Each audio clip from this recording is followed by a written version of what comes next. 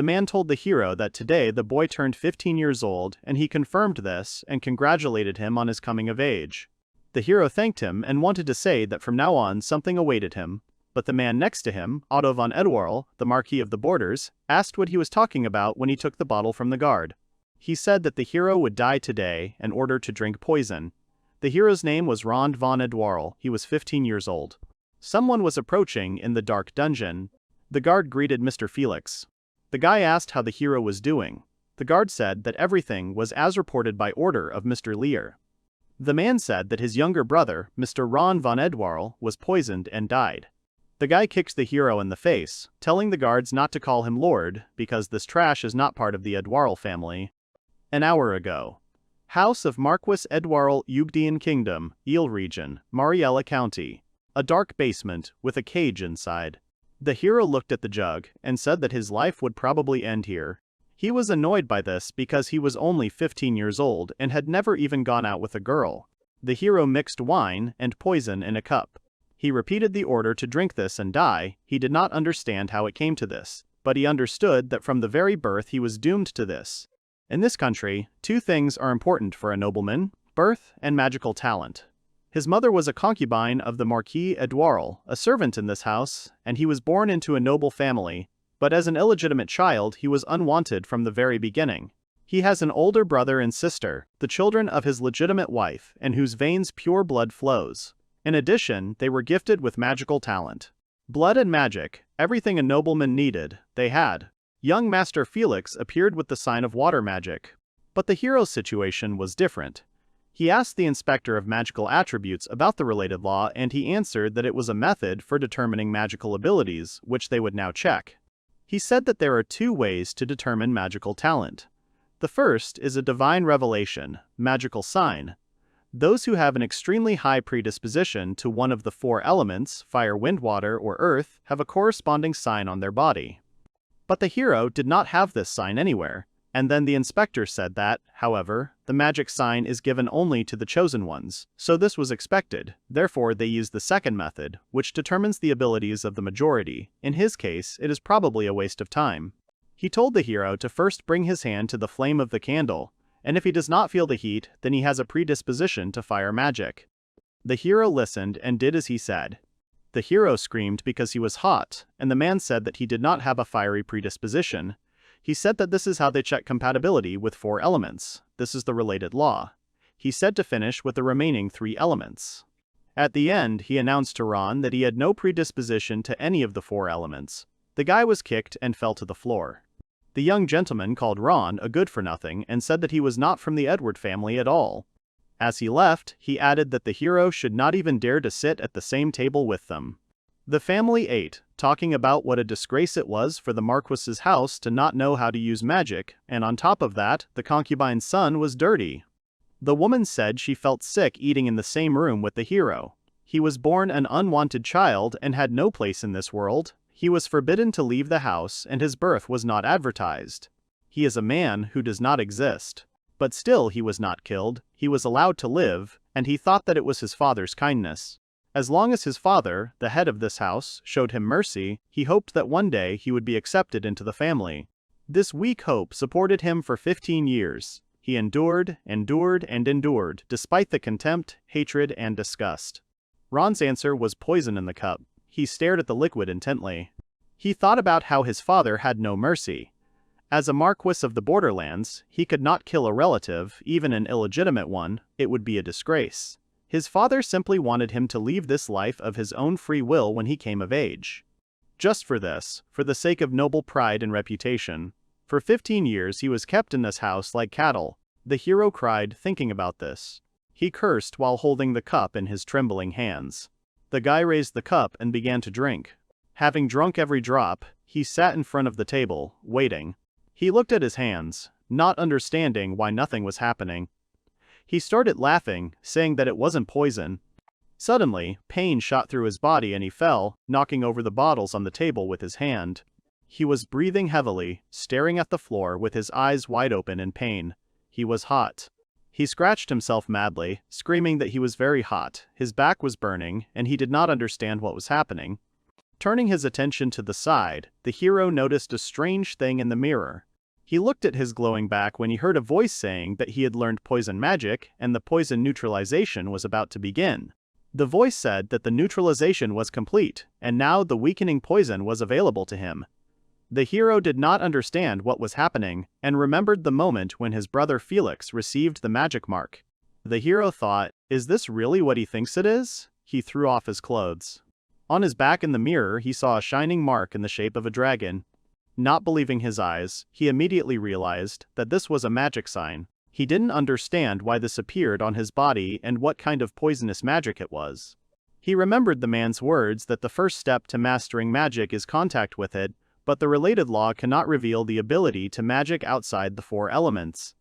The hero realized that these were all pneumatic systems, that's why he himself didn't know about his abilities.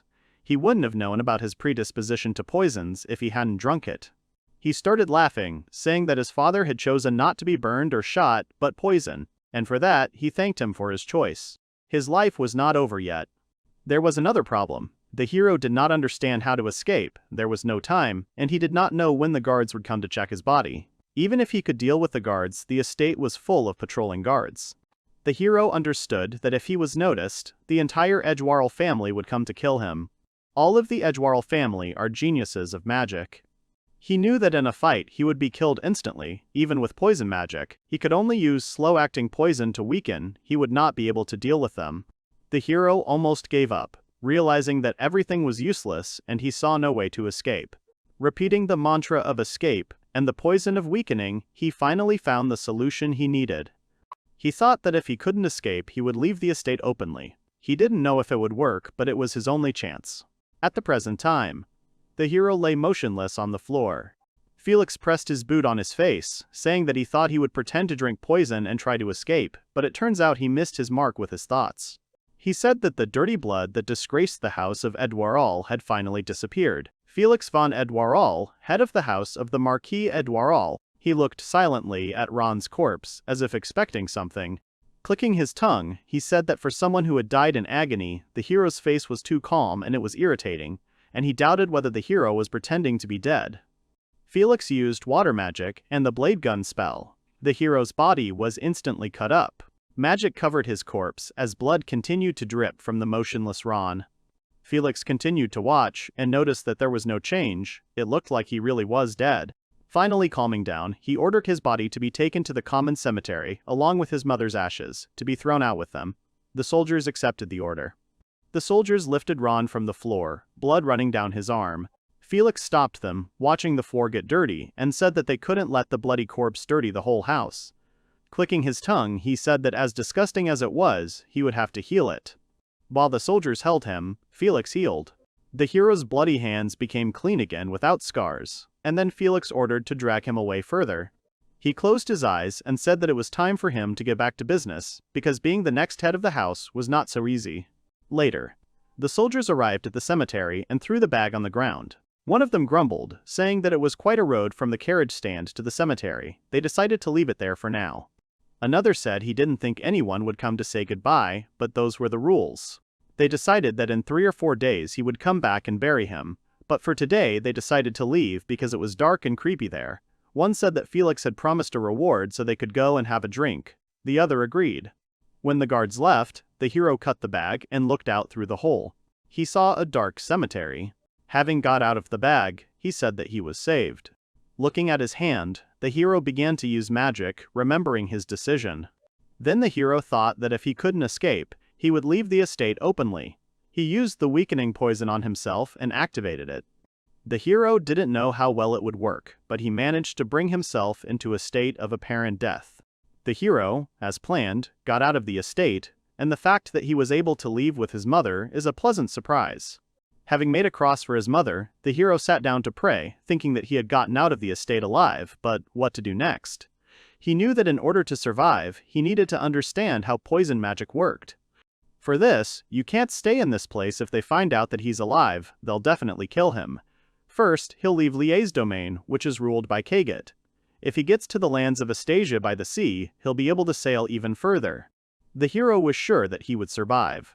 He mentally told his mother that he was leaving and decided to head south. The decision was made.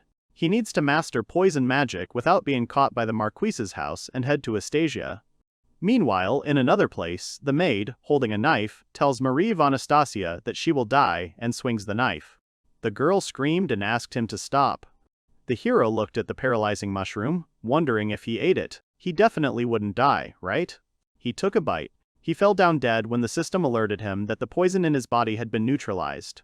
As the hero expected, he heard the voice of heaven when the poison entered his body. An announcement was made. Apparently, when the poison is neutralized in the body, it is analyzed and becomes available as poison magic. All that remains is to wait for the neutralization to be completed. A huge monster was coming towards the hero from the forest, baring its fangs. The hero panicked because his body was still paralyzed and he couldn't move. He was careless, he needed to protect himself better. The neutralization continued to work, and the hero begged it to be faster. But the monster had already opened its mouth, and the hero realized that he wouldn't have time. The monster almost touched him with its fangs and froze, falling dead nearby.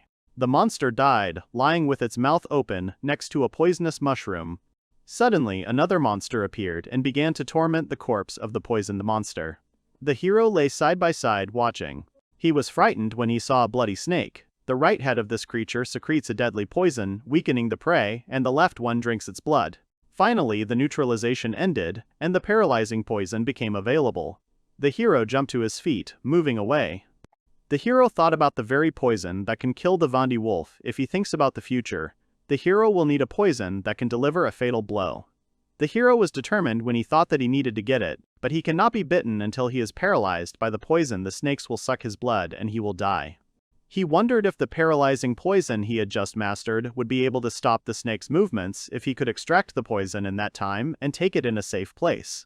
The hero stood at the very edge and realized that in any case, retreating was useless and he had to act. He rushed into battle using paralyzing poison. Sometime later, the capital of the Duchy of Astasia Kranoth.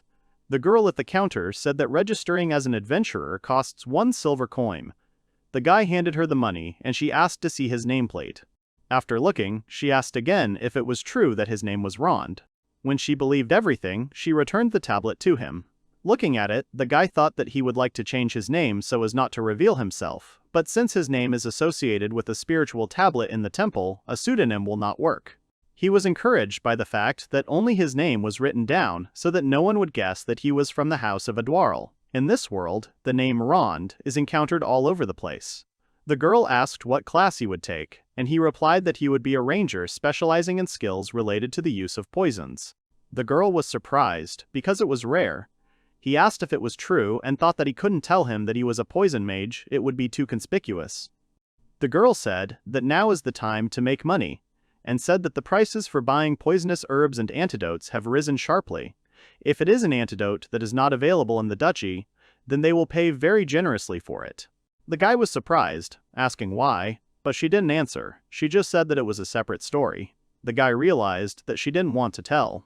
She wished Rond great success as an adventurer. He left thinking that if he became too famous, it would be a problem, but he also understood that if he encountered someone from the house of Eduard in battle, he would need to have a poison powerful enough to fight back, and for now he needed to quietly collect poisons. Two men were talking and one said that the duchy is a godsend. Just bring poisons and you get paid as easy as pie. Now the hero understood why the girl at the reception hesitated. It was connected with the duchy. The hero asked that adventurer to stop. The man asked what he needed, and the hero, showing the coin, asked if he could tell him more about the poisons. In another place, the man shouted for the next one to come.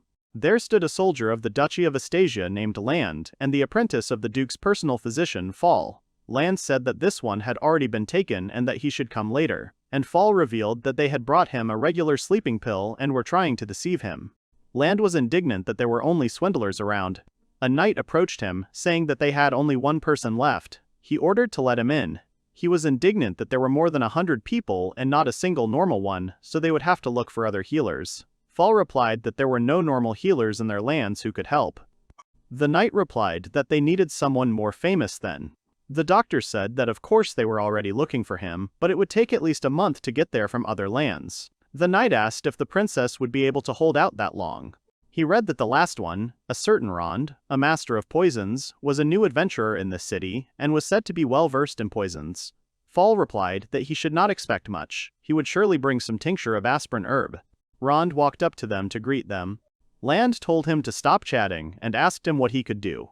This was a hero's chance. He heard from that adventurer that it seemed the Duke's daughter had been poisoned and her condition was getting worse. The Duke was desperately looking for a cure or an item to save her. The hero thought about hiding from the house of Eduard. It would be best to hide under someone's protection, and if he healed his daughter, then Duke Anastasia might help him. But he understood that he had to be careful. The hero said he had a question. The information he would provide was a deadly poison that could destroy him if not kept secret, and if he could cure the Duke's daughter, could he count on the protection of the Duke's house? Land thought that the hero was just trying to raise his price, but in fact he was another swindler. He replied that he could not promise anything, but everyone's love for a child was the same. This was enough for the hero, so he told them to prepare a person on whom he could test the poison. A man lay on the ground, writhing in pain. Land didn't understand what was happening. He had just been healthy. Fall said he saw the hero do something, but he didn't understand what it was. Land looked at the dying man and then asked Rond what his goal was. He didn't know what his trick was, but if he wanted to sell this poison, he would buy it. Rond repeated that from the beginning he demanded safety in exchange for the antidote for the Duke's daughter. The knight replied that it was impossible after such a suspicious trick he would not let him near the princess. The hero replied that he would then show proof that he could cure her, but if they saw it, they would become accomplices. He asked if they were ready. The knight said that the hero was putting on airs again and told him to show it faster. Then the hero made up his mind. The hero showed his back with a dragon. Land said that they were not bandits to look at such things. But Fall understood faster what was in front of him and recognized in this symbol a magical sign. But he was not familiar with the dragon form. He had never heard of such a thing. The hero stood over the poisoned one using antidote magic, the poison of weakening. Land cried out as he saw the dragon move. The man stood up and cried out that he was saved. He thought he was going to die. Land laughed nervously and said that it was unbelievable. The hero explained that he had a non-magical system and said that he wanted to be useful as soon as possible and asked if he could meet the Duke. Fadin von Astasia, Duke, sat before him. He said that before him was the dragon form of the magic mark, as reported. He said that he had heard that the hero had poison magic and asked for more details. The hero explained that he could control the poison he had once taken and that he could neutralize the poisons he had mastered. Fadden said that the poison that had poisoned Marie was still on the attacker's knife, and did that mean that if the hero took it, he could cure his daughter? The hero replied that it probably was, but he had only recently awakened this power and did not know his limits. The man thought about it being uncertain, but since other healers were unreliable, there was no choice. He asked, confirming that the hero wanted protection for their home in return, and he confirmed. Rond asked, despite the impudence, to openly tell who he was. After some time, the Count realized that Rond not only possessed a non-magical system, but was also a member of the Marquis Eduard's house, and was asking them to take on the risk of hostility with the Eduard's house. Looking at him, the hero for some reason decided that he would refuse, and said that as soon as he gained strength he would leave the country so as not to cause him trouble, and it was enough for him to be temporarily sheltered. The man thought. The hero mentally wondered if he had answered correctly. One wrong step and he could be squeezed out of the house of Eduard. They exchanged glances, and the hero realized that he could even be executed as a dangerous carrier of poisonous magic. The man still agreed to take care of him, so he asked to save his daughter and cure Marie, because he is probably the only one who is capable of this. Ron smiled, promising to do his best. A little later, Rondo was shown the knife that attacked Mrs. Marie. The poison on the blade had dried but was still there. The hero said that he would first take the poison in the usual way and that he would most likely pass out, so he would be grateful if he was carried to the bed. Land told him not to worry, there was already a guest room for him and they would put him there. Rond thought about this poison that no one could neutralize accurately and safely take it. He remembered that when he took the blood snake venom and mastered the deadly poison, it was very painful. Ron didn't know what level of poison his body could withstand, so taking a powerful poison was always a risk.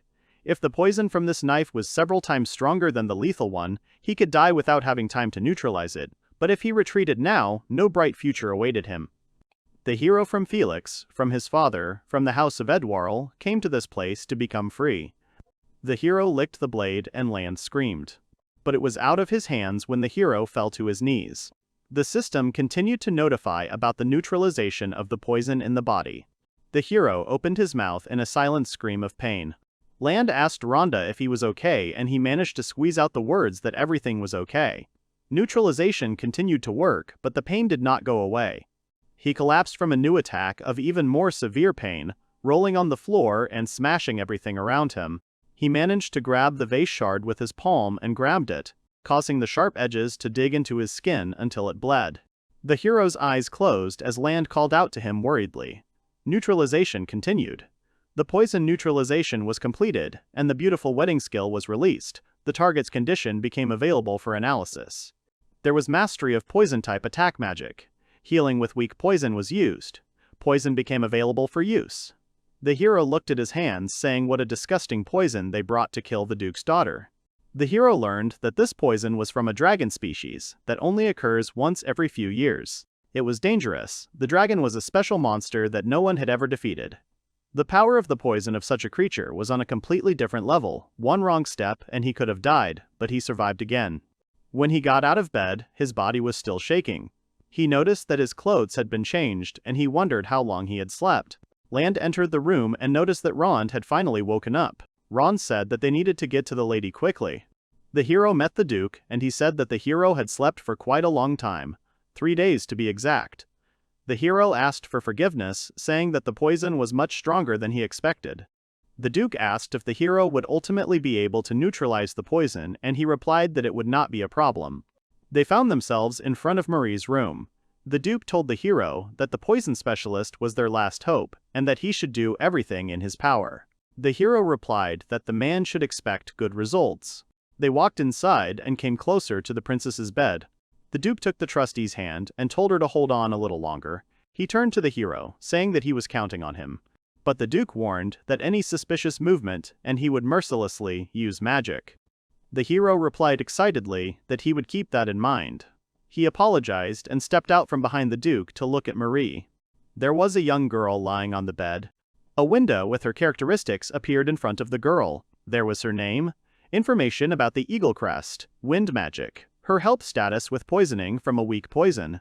It also showed that out of 43 health points, only 5 remained. The hero was surprised to see her status and assumed that it must be a dragon skill gained from poison. He saw that her body was shrouded in orange light. Most likely she had gradual healing magic cast on her to prolong her life, but in this state she would not last long and would definitely die. The hero pointed his palm at her, deciding that he would not allow this. The poison on that knife was from a dragon species called the purple dragon, and only the poison of a green dragon could neutralize it. It was theoretically impossible to create an antidote against a purple dragon, which no one had ever defeated, but he would do it now. The hero cast a spell that the poison contained in the breath flows through the body like a river. The Duke froze, seeing the glow. The hero used his magical power and touched the girl's hand.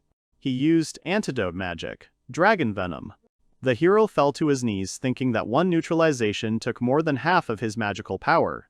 If he puts in more magic to enhance the effect, he will begin to experience magical exhaustion, but here he cannot fail and he will put in all his magical power to save her. The hero used all his magic and the girl began to react. The Duke called out to his daughter. Dark swirls of magic surrounded the entire bedroom. Finally, everything became quiet and all the magic disappeared. The Duke looked at the hero in amazement. He was trying to catch his breath and wanted to see the state of his health.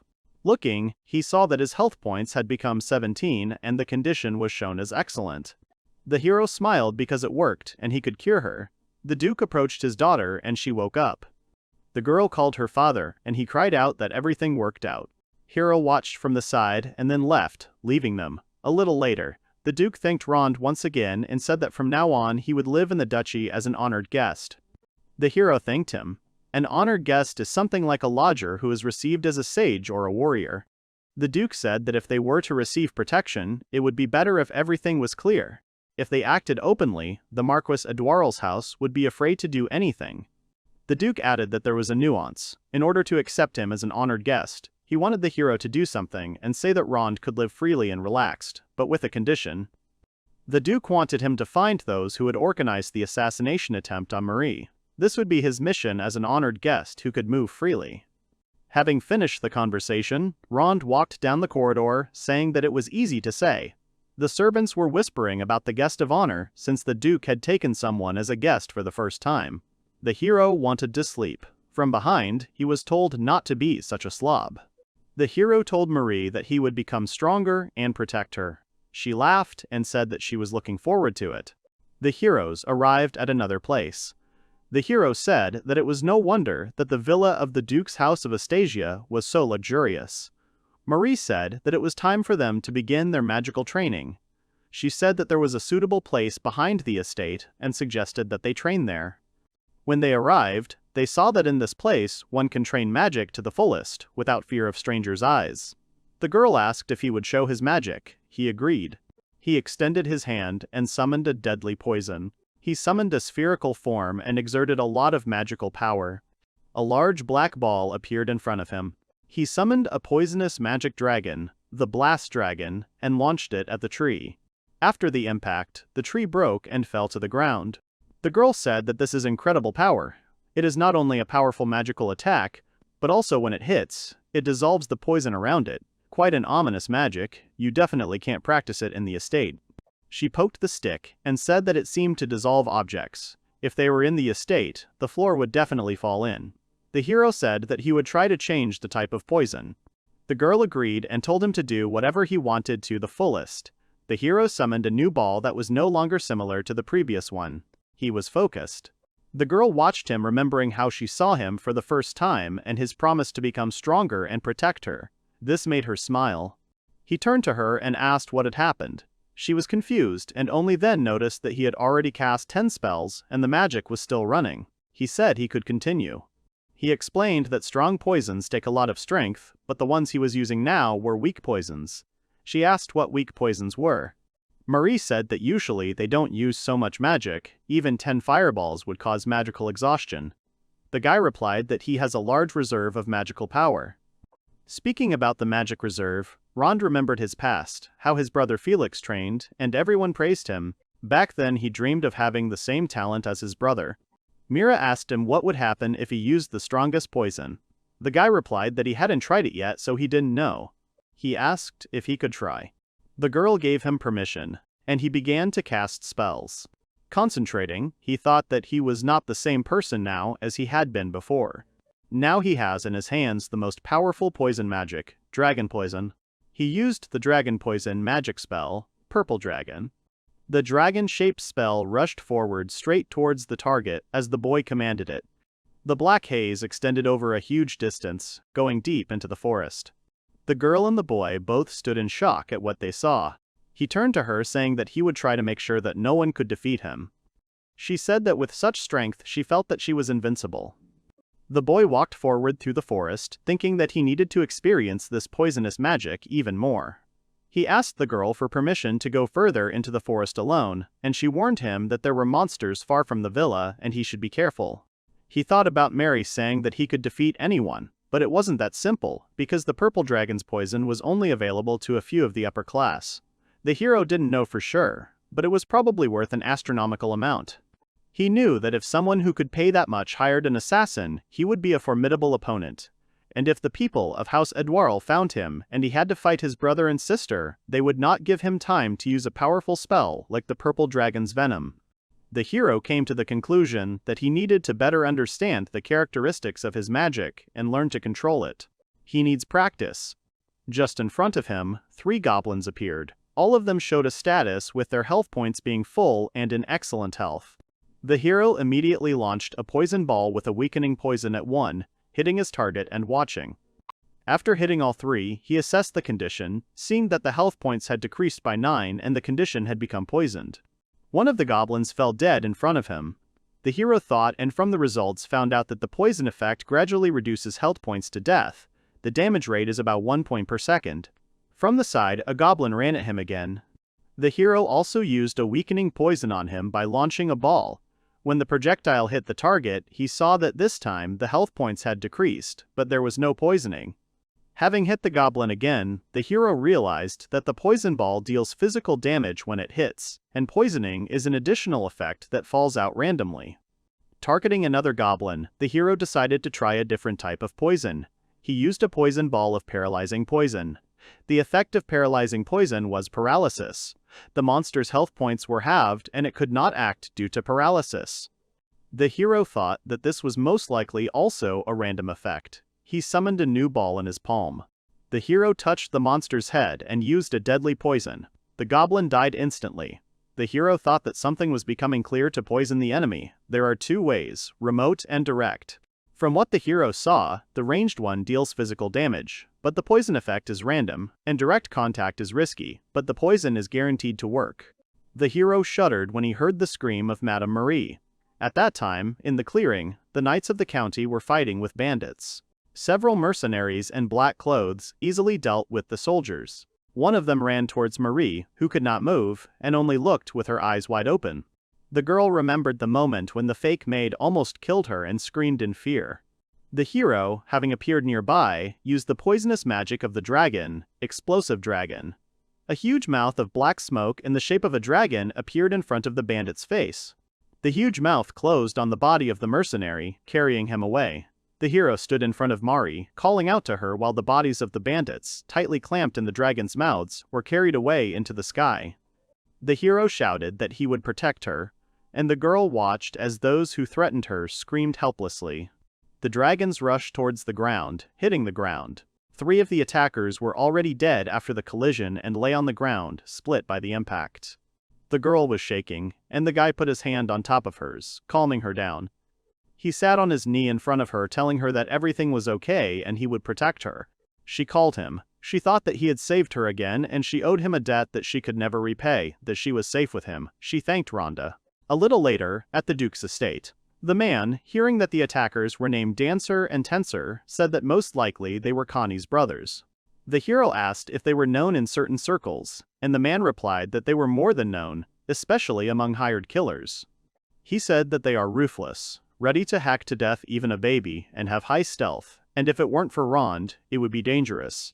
The man was glad they were saved, but if someone could hire these 3, then the circle of suspects narrows considerably. The hero said he was glad to help. The Duke said that he was in his debt again. Even if Rond stopped being an honored guest and left, he would prepare a sum that would last for several years. The hero asked if this meant what he thought, and the man confirmed it, telling him not to worry. The Duke's intelligence network found no pursuers or signs that House Eduard was actively searching for anything. He said that in the Marquis's house they seemed to believe that the hero had died by taking poison, and that if he kept quiet, he would not be discovered. The hero was glad that he no longer had to look back and that he was finally free. But the hero was tormented by the thought that if he left the Duke's house now, what would happen to Marie? The Duke said that of course Ron could stay and, frankly speaking, because of Marie, the Duke himself would like to ask him about it. The hero replied that he had also thought about it, at least until this problem was solved. He wanted to protect Madame Marie. The Duke was glad. The Duke said that after the attack by Connie's brothers, they decided to add another bodyguard to better protect Marie, and her name is Amanda. She is a female knight, and now they will protect Marie together. The hero was surprised to hear about a female knight. The Duke said that although she was a woman, her skill was undeniable. She was one of the 3 strongest in their knightly order, and she had a bit of a harsh character, but she should be able to work well with the hero. Later, the hero's eyes widened as he watched. He managed to jump back from the blow, and the ground beneath his feet cracked. Stumbling after the blow, the hero fell, flying to the side.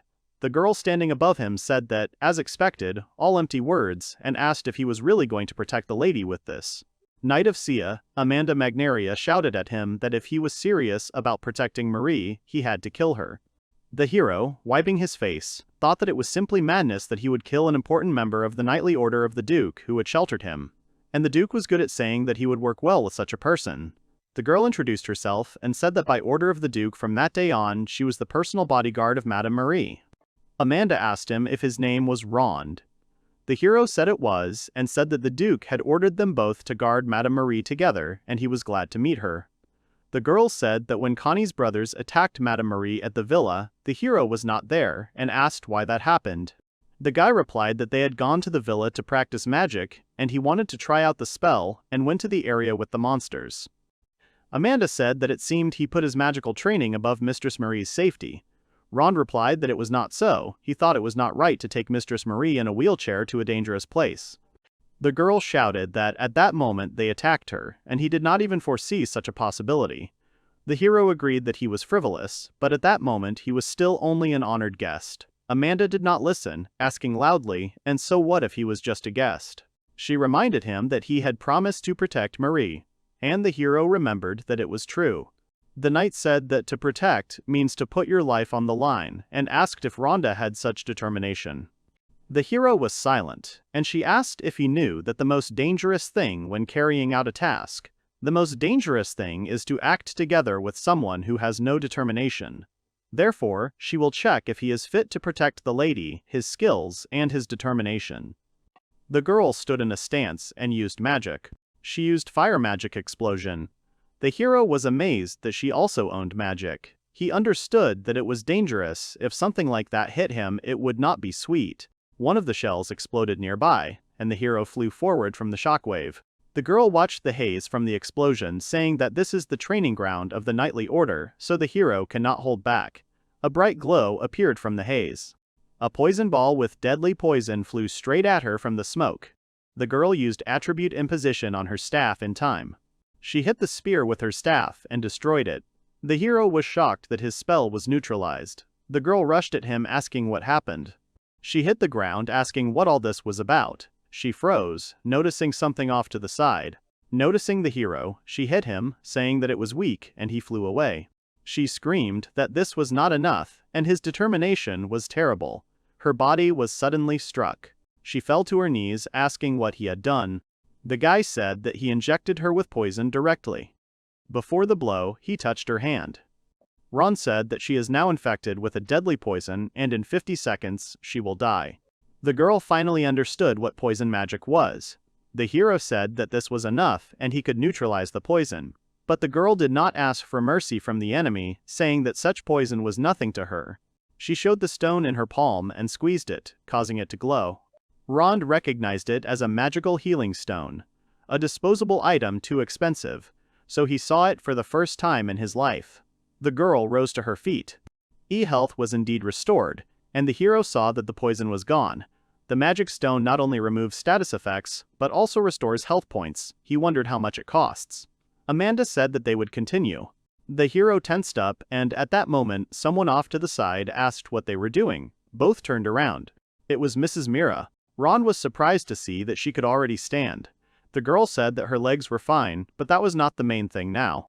She shouted, asking how her bodyguards could quarrel with each other. Amanda replied that it was not a quarrel, but a test of Rhonda's resolve. Mira told them to shake hands in reconciliation. Both shuddered and, looking at each other tensely, nevertheless shook hands. The girl praised them and told them to live together now, and waited for an answer. Both quickly agreed. And then the girl said that her father wanted to talk to them. She said that it seemed the Duke had found out who was behind her assassination attempt at the Duke's estate. The man said they had identified who was behind the assassination attempt on Marie. Amanda asked if it was true, and asked who dared to attack her mistress. The man said that the name of the specific person has not yet been established, but there is a main instigator. The Duke named the Marquis of Greenwich and said that one could only hope that it was not Lord Greenwich's idea. Amanda did not understand why Greenwich would do this. Ron said that the Marquis was attacking a member of the ducal house. If not careful, it could split the kingdom. The man thought for a moment and said that now perhaps the poisonous threat would hang over him too. But he was not important in case of danger. The Duke wanted the two of them to protect Marie. Mar asked her father not to say such things. The hero asked what was going on, and the Duke explained that a major factional struggle was currently raging in Yugdia. In short, he and Greenwich were fighting for different approaches to the same political strategy. The hero asked the man why he was sure that the instigator was the House of Greenwich. He said that this was revealed thanks to reports from their spies embedded in the ranks. The man showed the weapon and said that besides, the knife that was used to attack Marie the first time was not like that. This type of knife is not produced or sold in the lands of Astasia. It can only be found on the black markets of some parts of the Marquisate of Greenwich. Marie understood everything. Jero said that no matter what happened, he would protect Mrs. Marie. Amanda shouted that a man without determination would not cope with this task, and she would take responsibility and protect Mrs. Marie even at the cost of her life. They exchanged displeased glances.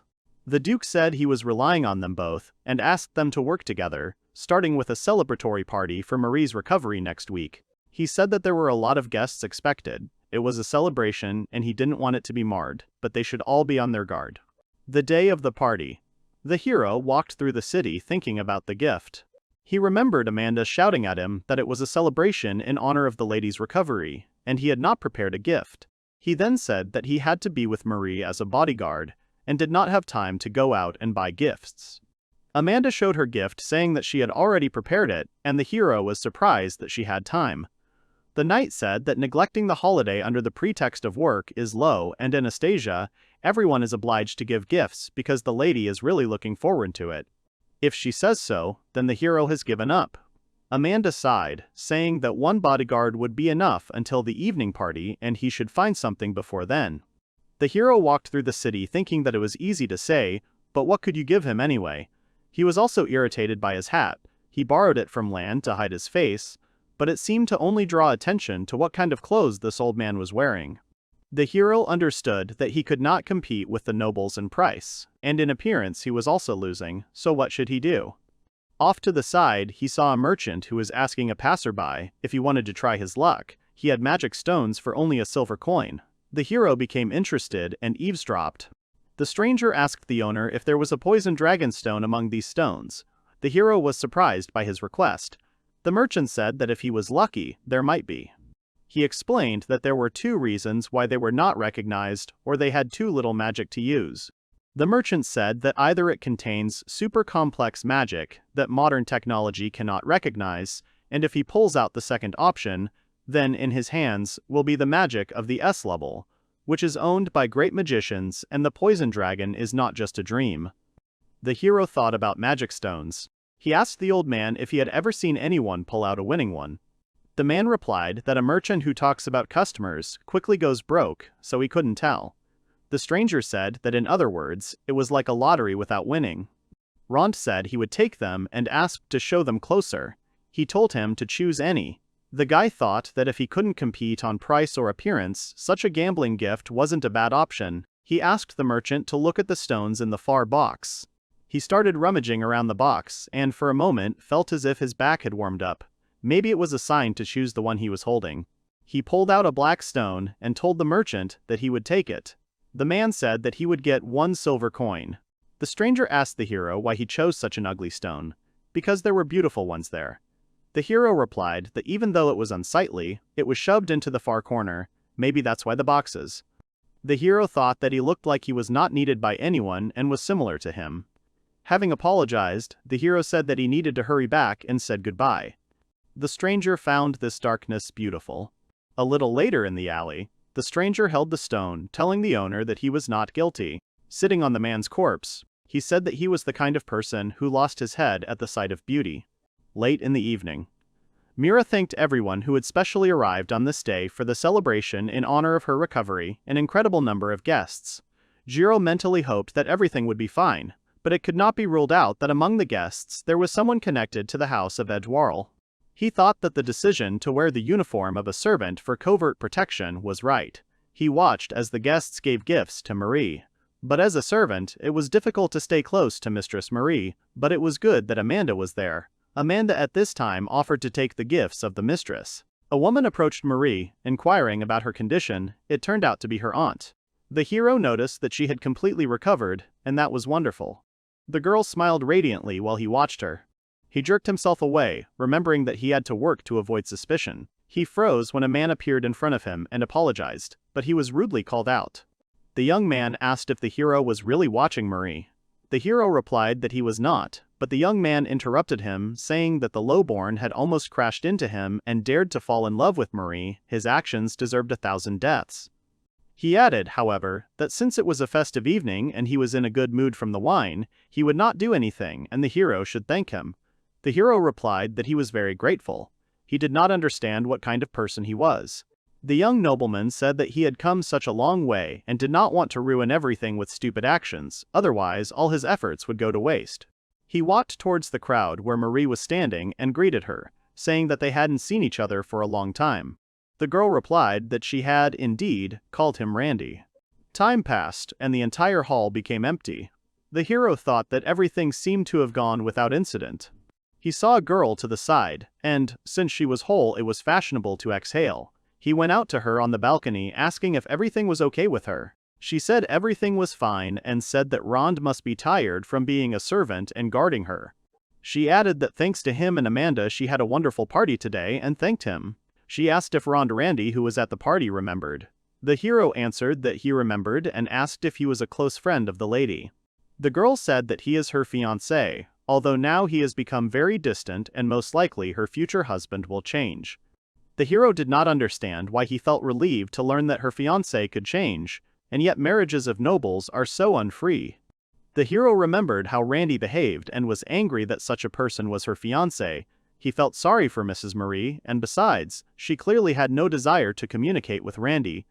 He thought that if she was going to be married to someone she didn't love, he would rather take Marie for himself. He jerked himself away and shook his head, not understanding what he was even thinking about, because if he did this, Dokusasu would kill him. He needed to change the subject. After a silence, the hero said that the moon was very beautiful. The girl, embarrassed, called out to him. He looked at her questioningly. The girl was thinking about the night, the moon, and they both looked at the sky. Such an old-fashioned confession. She gave it a 5 with delight. She thought she was a sly woman, but she wanted to know what Rhonda thought of her, so she brought up the groom but got this perfect answer. They fell silent again. The hero did not understand whether it was possible that he had said something unnecessary. Remembering the gift, he handed it to Marie, saying that it was in honor of her recovery. The girl was surprised by the magic stone, and the guy said that he thought that she would rather like the gift. He left saying that it was time for him to go because he still had cleaning to do. The girl called out to him, thanking him. She said that she was very happy and would take care of him. A few days later, the Duke announced that the matter was approaching its denouement. The hero asked again. The man said that, to put it simply, they had collected all the pieces and cards to corner the Marquis of Greenwich and there was only one final move left. And if he tells them this, it means that the enemy is strongly pressed and will probably start to act more desperately. The Duke said that they know their goal. Their task is not to kill Marie, but to kidnap her, because if they marry her off to someone from Greenwich, they will have a chance for revival. He said that initially the Greenwich and Astasia houses were planning an engagement, but due to political differences, he broke the contract. However, it seems that the Greenwiches did not give up on the idea of marrying with Marie. The hero considered this strange. If the Greenwiches' goal was to become related to Astasia, then why did they try to kill her? The Duke also did not understand this and arrange a political marriage, but one thing is clear, that the Greenwiches are planning to kidnap Marie for protection. He will name her prospective groom to them.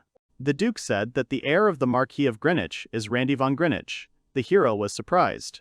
The hero realized that that disgusting guy was the heir to the Greenwich house, and the fiancé of Mrs. Marie, which is why Lona had spoken like that then.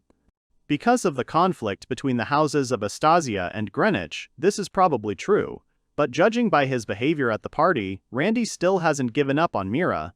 The Duke said that the probability of kidnapping was high now, but after the assassination attempt, murder could not be ruled out either, and he asked them to be extremely vigilant for another month. The hero understood everything and said that he would do everything to protect Mari. Sometime later, the hero stood before the girls in a new repertoire, and they asked what was wrong with him. He answered that he was now a butler, and from now on he would act according to the strategy of butler's skin. Amanda asked what that meant, and he explained that Amanda in that form could freely act as a bodyguard, and he would be next to the mistress as a butler and cover for her. Amanda asked if he was implying that her security was not perfect. The hero explained that if, for example, poison were added to the food, it would be easier for him to cope if he was nearby. Marie, behind him, was happy that Rond would always be nearby. Marie said she liked the idea, and Amanda agreed once, and the mistress agreed. Marie said that 2-level security would calm her down next week. She was invited to Tesla's house, so she told Rhonda to learn butler manners until then. But from what Rhonda had said, it was clear that it would be difficult. A week later, Amanda stood at the door, and Marie got dressed up. Rhonda informed the lady that her carriage was ready. She told the hero that he was already quite like a real butler, in which case she would not hesitate to take him to Tesla's house. He thanked her and said that Tesla was her childhood friend, but given the timing of the invitation, he ran a check, but no connections to the Greenwich house were found, so she could communicate freely. Marie said that he was also reliable as a bodyguard. He replied that even if something happened, he would not let anyone touch her and she could be calm. She said that even this invitation to go out at such a dangerous time seemed reckless. He disagreed. But she added that it was precisely because it was dangerous that she was going out. If she had locked herself in the house after the assassination attempt, it would have been a disgrace to the ducal house.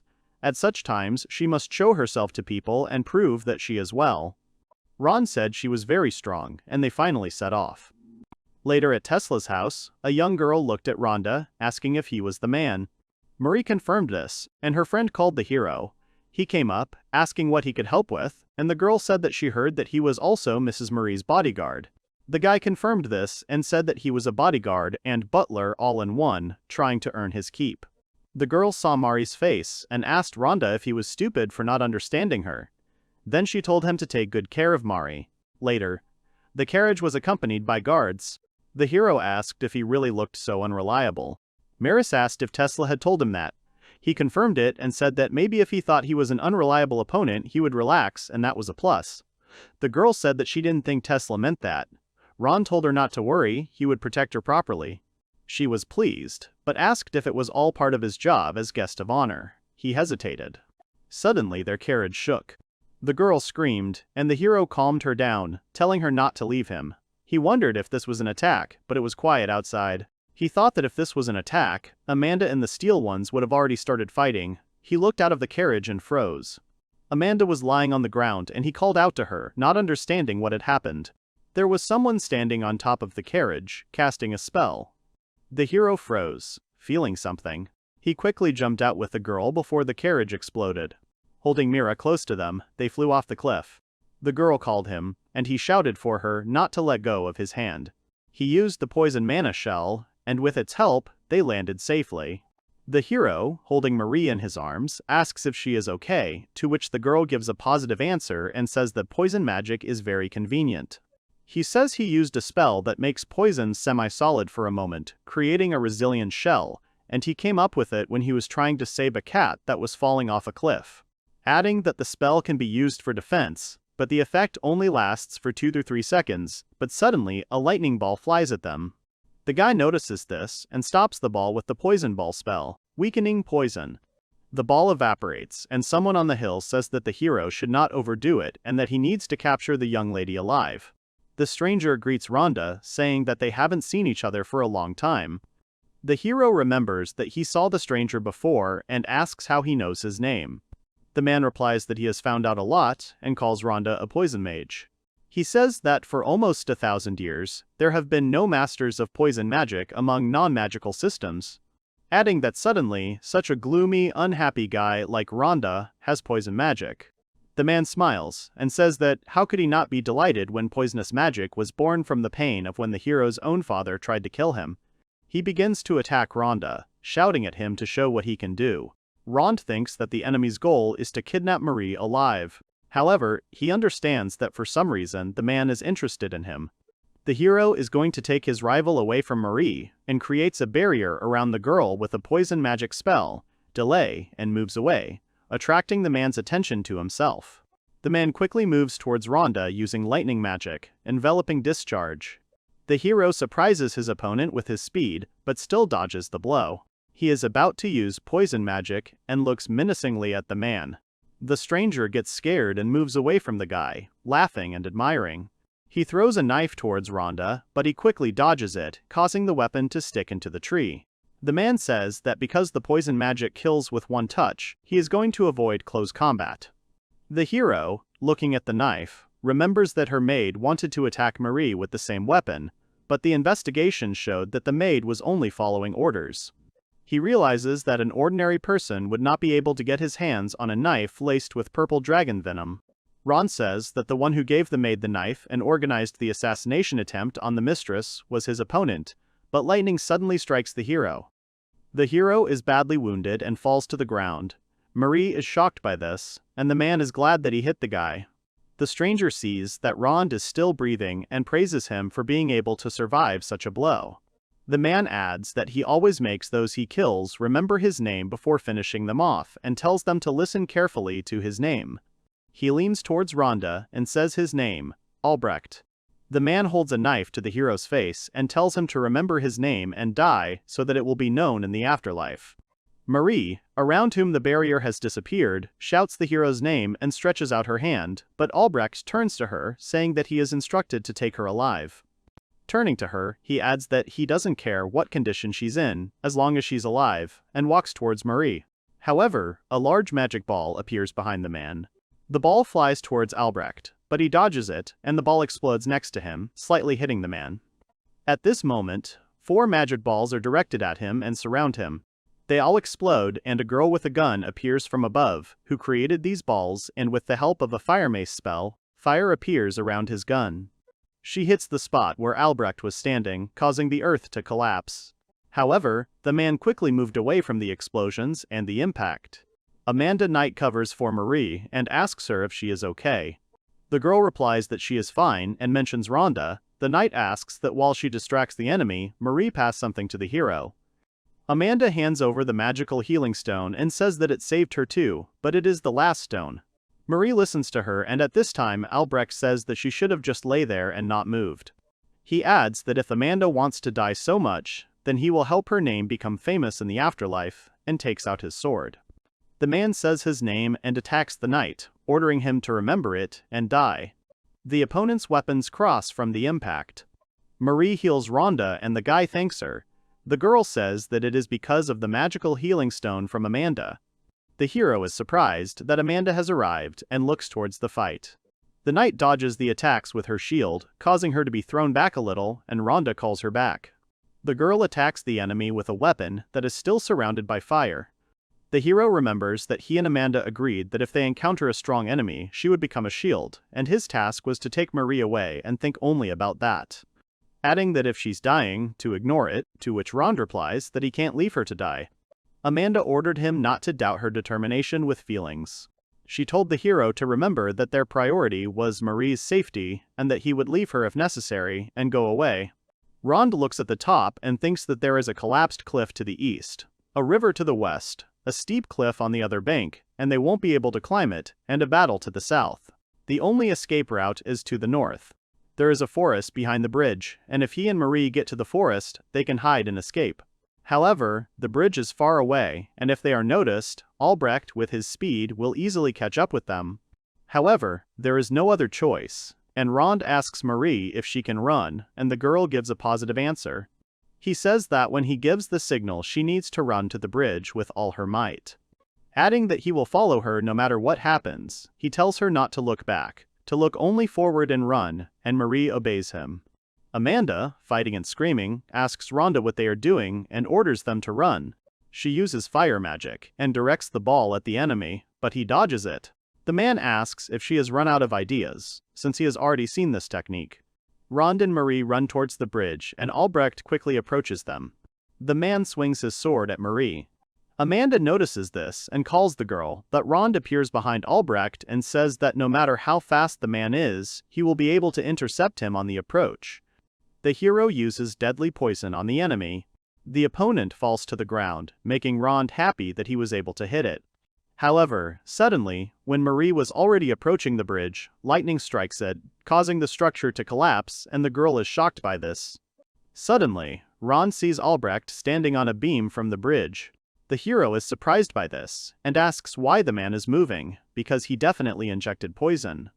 The opponent says that if you fight a poison mage, you need to use a poison protection magic stone in advance. Rondo recalls that the man specifically told him to avoid close combat. Alrech replies that this was also part of the technology and lightning strikes the rock. A large boulder falls between Amanda and the heroes. The man tells Marie and Rondo that now they have nowhere to run and the knight will not stop them. He smiles menacingly and says, "It's time to finish." Alrech says that he always finishes work in 5 minutes, because any longer is indecent. He adds that there are 30 seconds left and praises Rondo for making him use it all the time. The man says that this is the end of the hero and calls down a sound wave with lightning. However, Rondo delays the attack with the dragon's poison magic, Purple Dragon. Alrech sees the dragon's venom absorbing the lightning and is delighted by its appearance. Rondo controls the dragon at this time. The poison dragon, having finished absorbing the lightning, heads towards the enemy, but he is delighted that in front of him is the legendary magic that disappeared 1,000 years ago. The dragon grabs Alrech and they fall into a cliff. Marie and a tired Rond are happy about this. The hero says that he will check and calls the girl to stay where she is, because the edge is dangerous due to the collapse, and she listens to him and asks to be careful.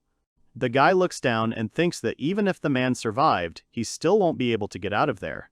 He admits that Alrech is a dangerous mercenary, and if the Grivnichi did all this, then Marie is an even greater danger. However, suddenly Alrech stands on a boulder and says that worrying about your position and deflecting the dragon's trajectory at the last moment sucks. Rond is very surprised by the enemy's appearance, but he says that the hero is not cool at all. Alrech casts the Lightning Island spell on them. The hero understands that he has overexpended magic, and will be able to counter-attack. Marie jumps in front of Rond and blocks the attack. However, the purse on the girl's neck begins to glow as the lightning approaches them. The hero wakes up in an unknown place and does not understand where he is. He sees a forest in front of him, in which there are large mushrooms. Rond turns back and calls Marie away, only to see her lying on the ground with her clothes torn. He calls her and the girl wakes up and says that she is glad that he is safe, but the hero blushes and points to her clothes. A piece of her skirt was torn by a tree branch, and she doesn't understand how it got there, and covers her legs in embarrassment. Rond wonders what could have somehow transported them to this place. He recalls that at the moment when Albrech's attack almost hit, it seemed to him that Marie's purse lit up. The hero asks what was in the purse, to which the girl replies that it contained a magic stone that Rond gave her, but upon opening the thing she is surprised by something. She takes out a broken stone. The guy says that, even if the artifact fell apart, it is definitely the stone he gave. Marie realizes that the stone worked, and they found themselves in the forest. She says that it looks like the magic stone she has is a teleportation stone, and even her father couldn't buy them all because they are rare, which makes Rond surprised that the artifact is so expensive. He doesn't understand in his mind how the stone ended up in that suspicious stall. Marie says, laughing a little, that Rond saved her again. The hero, blushing a little, says that this time she saved him and adds that when they return, Amanda will kill him. He suggests that Marie go back, but the girl warns him that a tree is trying to attack him from behind. Rond quickly reacts and poisons the tree, causing it to die. The girl expected such a sharp attack, and the hero says that if the enemy does not use healing magic, he will cope. Marie says that the evil tree is Trent, who is called the Forest Killer, which surprises the guy because she knows a lot about monsters. The Trents live by where they live, to which the girl replies that it might be difficult. She adds that Trents are found all over the continent, and Rond says they will have to move forward. The hero says that he will go first and deal with the monsters himself. He asks Marie to follow him and not get hurt, and the girl obeys him. While they are walking, the guy asks the girl if she is okay, to which she replies that everything is fine, but the hero notices something about her. He says that it's good that they are in the forest, because there are few monsters that gather in packs, adding that the weakness of poison magic is one versus many battles and it is bad at dealing with mass attacks, but even if they encounter such enemies, there are many hiding places in the forest. Rond and Marie notice an unknown fruit and the guy asks if it is edible, to which the girl becomes worried because of the dangerous color of the fruit. The hero begins to eat the fruit and says that it is a little sour, but juicy, and offers it to the lady, to which she loudly refuses. However, Rond says that it is important to maintain water balance in the forest, but the girl still has doubts. The guy reassures her that if there is poison, he will immediately neutralize it and remembers that she swallowed several times and that she is very thirsty. Marie agrees, and takes a bite of the fruit, and the hero immediately uses antidote magic to weaken the poison. The girl understands that the fruit is sweet and tasty and is happy about it. The antidote magic, again while she eats. He says that even if the poison is immediately neutralized, it is still hard to suffer every time you eat, to which Marie replies that she can endure it. However, the hero suggests trying something. The girl is surprised that she can now eat without pain. She asks what Rond did, to which he replies that he used magic called microvenom. He explains that microvenom dilutes the poison, turning it into medicine, and can be thought of as a healing magic for poisons. Adding that now you can eat the fruit without fear, Marie asks to eat another one. Later, they make their way through tall grass, which gives them poor visibility, and suddenly a large wasp flies out from under the grass. Rond casts a poison wall spell just in front of the girl and warns Marie that it was a soldier bee, and her sting will paralyze her with poison for several hours. He adds that he knows all about poison, but the girl says that poison magic is not an enemy for the bee soldiers. She warns that this monster attacks in a flock, and a group of bees is flying towards them. Rond was frightened by the pack of monsters that appeared. The hero calls upon the magic of the poison ball, deadly poison on enemies. Marie sees a battle behind the wall and warns Rhonda where the monsters might attack from. The hero tries to fight off all the bees, but suddenly there are even more of them. He notices that one of the monsters wants to fly towards Marie. However, the guy quickly kills the bee, but he understands that there are too many enemies and he does not have time. Thinking that if he uses deadly poison for instant killing, he needs time to prepare the magic. The hero still uses the weakening poison and he thinks that this magic is weaker, but it can be quickly released in series, which makes it more effective. He is determined to stop the monsters from attacking Marie, but even the current magic can't handle them all. Rond threatens the bees, but they come close to him. However, the hero throws them away from himself with the help of magic, causing the monsters to die. He uses the weakening poison again, but notices that several bees have broken through to the other side. The enemies are heading towards Marie, and the girl also decides to attack them. She uses wind magic with an explosion. The monsters fly into pieces because of this, and Rhonda praises the girl. Suddenly one of the bees stings Marie's hand, causing her to cry out in pain. The hero fears that if the poison paralyzes her, the monsters will immediately finish them off. The girl throws away the bee with wind magic. Bullet. Rond runs to the lady and says that he will neutralize the poison now, but she is surprised that something happened to his face. The guy's face is completely swollen, and Marie says that the monster's poison doesn't seem to be working because of the micro-poison the hero inflicted when they ate the fruit. The girl happily says that now they are not afraid of poisonous monsters, to which Rond replies that he still does not want to see the bee soldiers anymore.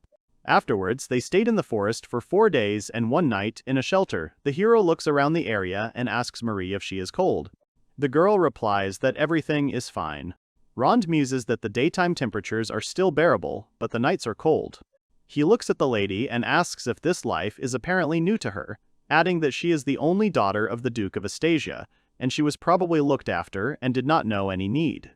For these 4 days, to satisfy her hunger and thirst, she ate poisonous fruits, was stung by bees, and slept without a bed right on the ground. The hero praises that even so the girl never complained and remained steadfast. He asks her to express everything, complaints or whining, because there is no one around, so she can dump everything she endures on him. However, Marie says she is having fun. Rond is surprised by this and asks how she can be cheerful, since it is unknown when they will be able to get out of the forest. The girl blushes and wants to answer that it's because she's with him, but she changes her answer and says that she has never had such an experience, and it is all new to her, and laughs awkwardly.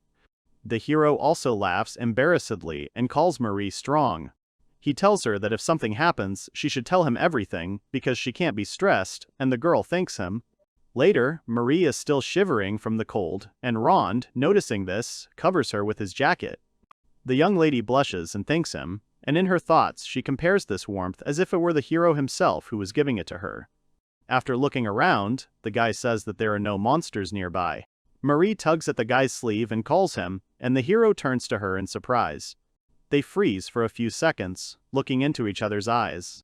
However, Rond turns away and says that it is time for bed and is going to keep watch outside for a while. The girl, a little offended, obeys him. On the outside, the sad one also convinces himself that he did the right thing. Looking at the sky, he notices that the stars seem to blur. Several weeks passed while Rond and Marie were wandering through the forest. They decided to stop and eat roasted meat.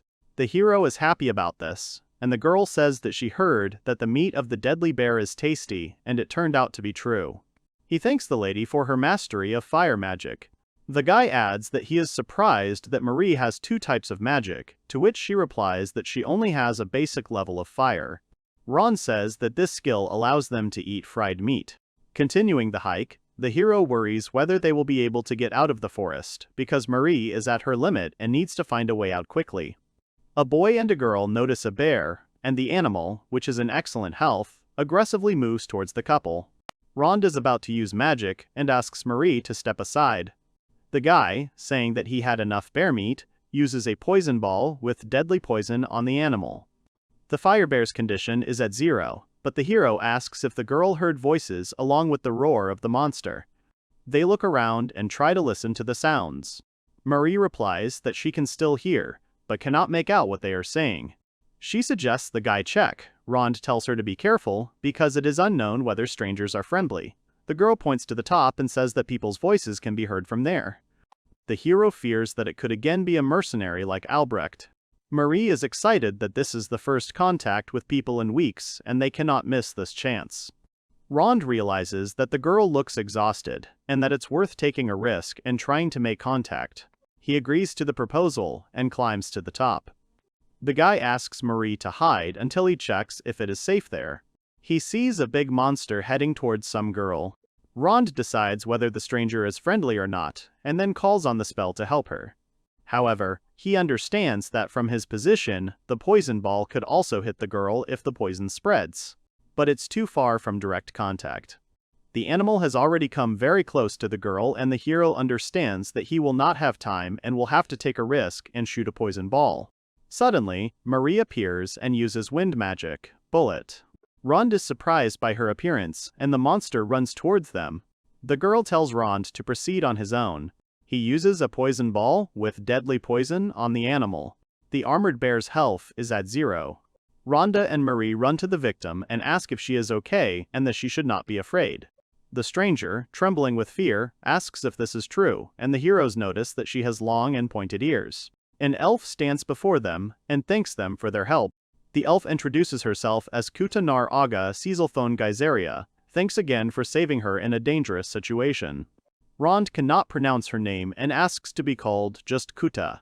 The hero, noticing her ears, asks if she is an elf, to which he receives a positive answer.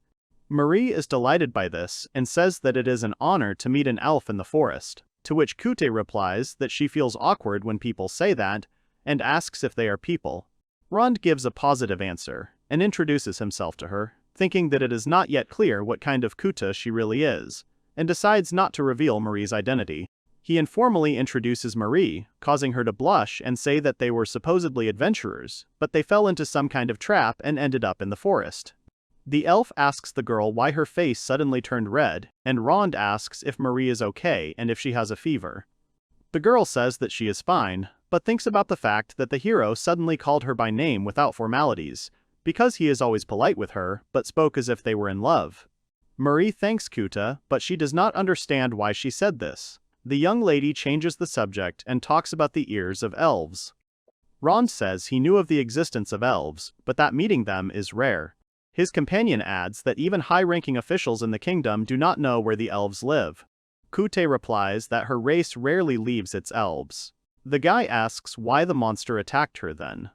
The elf is a little hesitant about the answer and asks her if she would like to tell her story, to which she replies, "The elves are hunting in the village of the World Tree." Marie clarifies that elves are called hunters of the World Tree, and Kute replies that yes, and they believe that an elf only becomes an adult if he can hunt alone.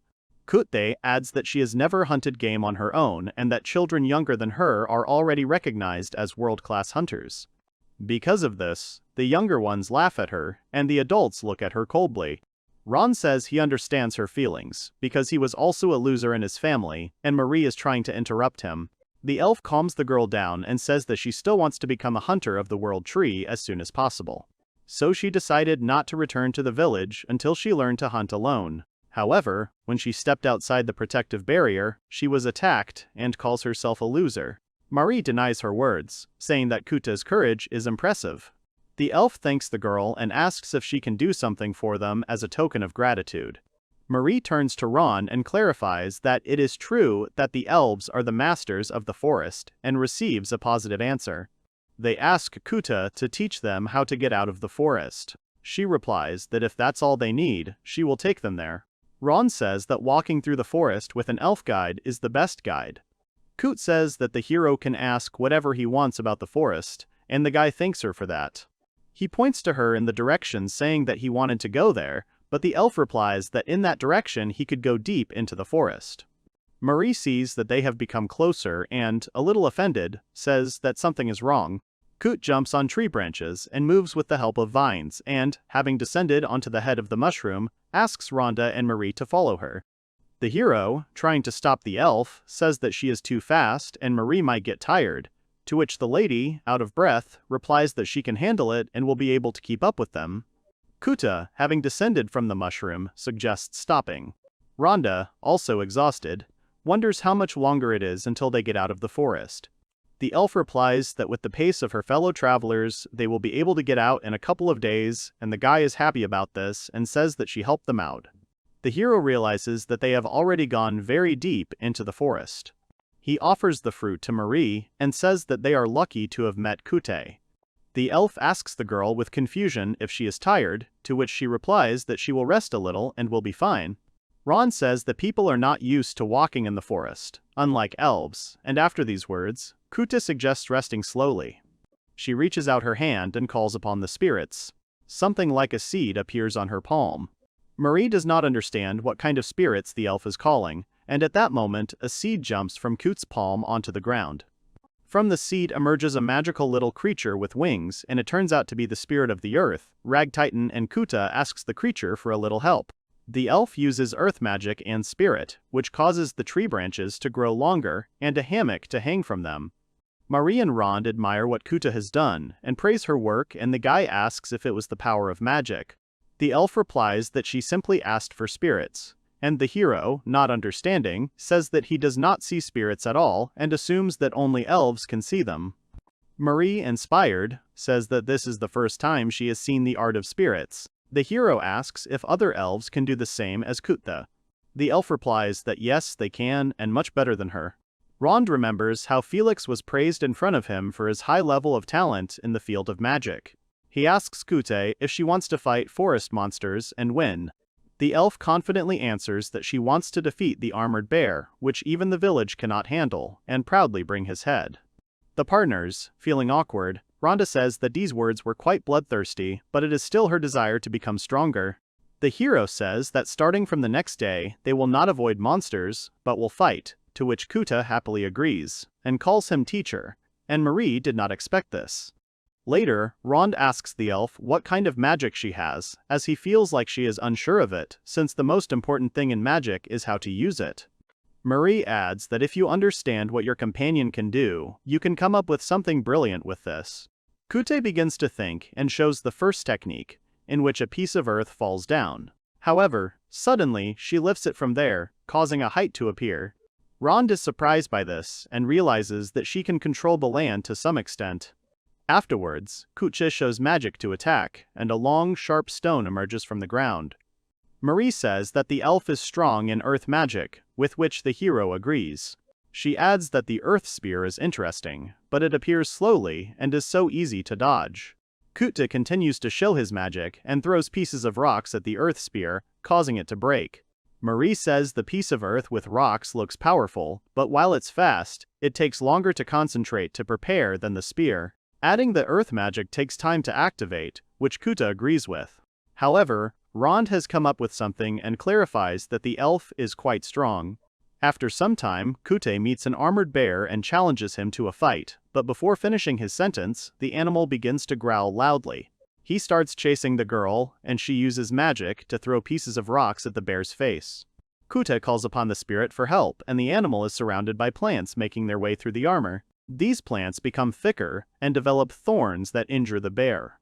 However, the enemy resists and pulls plants out of the ground and heads towards the elf. Suddenly, Kute removes the earth from under the animal's paws, causing it to fall into the hole. After landing, earth spears emerge from the hole and pierce the bear through and through. Kute is happy that she dealt with him and Rond, and Marie emerge from the bushes and praise the girl. The hero says they confirm that she defeated the ferocious armored bear single-handedly. He adds that Kuta can now become a hunter of the world tree. The girl thanks him, laughing a little. Having grabbed the bear meat, the heroes continue on their way. Rond remembers Kuta talking about the Forest of Delusions, and that the elves call the forest they are in that way. Marie said that if this is the Gunnar Forest, then there is no way to make a mistake with the exit route. If you choose the wrong one, you can end up in Marquisate Eduard Al. The hero is a little surprised by this, and asks Coot if the elves of her village know more about the human lands than she does, to which the elf replies that she only knows one way to people, but many elves know much more. Rond knew that the path that Kuti knew was not necessarily safe, and he wanted to learn more in the elven village. Marie said that their elf was different, but she heard that elves were extremely distrustful of people, and if they approached the village they could be attacked, which the guy agreed with. However, Coot suggests that if only Rond goes, everything might be fine. On the way to the elves, the hero asks the elf if Marie will be okay. However, Coot reassures him that a fortress made of earth, created with the help of spirits, is very strong. Rond agrees and says that his partner's magic is more suitable for protection and support. The elf says that learning how to use the skills was useful and now thinks that the villagers will recognize her. They come to the edge of the peak and she says that villages are visible from there, but suddenly the girl is frightened by what she sees. She sees that the village is completely burned and destroyed. They ran into the village, and a black house comes out of the houses. Rond is also horrified by the sight, and assumes that it was an attack of monsters. Kute replies that it was most likely done by a demonic bear, since this monster recently appeared in the forest. She says that because of this demonic bear, the bear monsters in the forest have become more aggressive, and even the elves have a hard time dealing with it. But suddenly someone shouts what she is doing. One of the elves is angry that she just left the village and already brought a man to such a difficult time. The elves try to drive Rondo away and order him not to enter their lands. However, Coot stops them, saying that the hero saved her life and shows the head of the armored bear, saying that she got it thanks to Rond's instructions. The elf sees the animal's head and says that the elf is deceiving them, and even though she is the elder's daughter, she still brought the man into the fold. The hero is surprised that Kuta is the daughter of an elder, and her father, a huge elf, appears behind him. He asks Rhonda if he touched his daughter, otherwise he will feel bad, to which the frightened guy gives a negative answer. Turning to the elder, he says that he has a beloved. The head elf hugs his daughter saying that he missed her, and Kuta apologizes for leaving without asking. The father asks about her condition, and the elf replies that she is fine but is worried about the village. He turns to Rhonda and says that he calmed down when he heard that he had a lover. The elder introduces himself as Ul, and asks to be called by that name. He says that the village suffered from an attack by monsters, and the appearance of a man made everyone wary. The man suggests moving to a house on the outskirts of the village, and if Rhonda has a companion to invite her to, there he will listen to their story. Having told everything, the elf says that he knows where they should go and where they shouldn't. He adds that the kingdom is not united, and if they go to an undesirable place, they may encounter trouble on the way back. The elder makes an offer, the gist of which is that he will show the safe way out of the forest if they help the elves defeat the demonic bear. Adding that when the bear monsters become more aggressive, it is because of the demonic bear, and as the guardians of the forest, they cannot ignore it. He turns to Rhonda, clarifying that his magic is non-magical. Marie says that she is surprised that the elves would ask a human for help, to which the elder replies that they would not ask a normal human. Adding that usually, as soon as Kute brought a person, he would be killed, and asks if Marie knows why this did not happen. The man sees a spirit on Rhonda's head, and says that he is blessed by them. The hero does not understand him, and the elder says that since ancient times, those who possess non-magical magic have been loved by spirits, and for elves, such people are special. Adding that seeing spirits around the guy, the villagers decided that he was not a bad person. Rond asks Kute if she also saw spirits at his place. Marie says that's why she thought Rond would be okay, and the elf apologizes to her for leaving her alone. The lady tells the guy that he can agree with Ol's proposal and help with the monsters, but the hero replies that it is dangerous and he will go alone. The girl says that she doesn't want to wait alone anymore and wants to go with him too. Rond warns her that they don't know what kind of monsters they'll encounter, and Marie recalls the battle with the bee soldiers. She says that poison magic's weakness is crowd control, and her wind magic will be useful. The girl turns to the elder and asks how the hunt for the monster will go. Ol replies that to protect the village and hunt, they split into teams of 3 or 4 elves, hunters and defenders, and he wants Rond and Marie to join the hunters.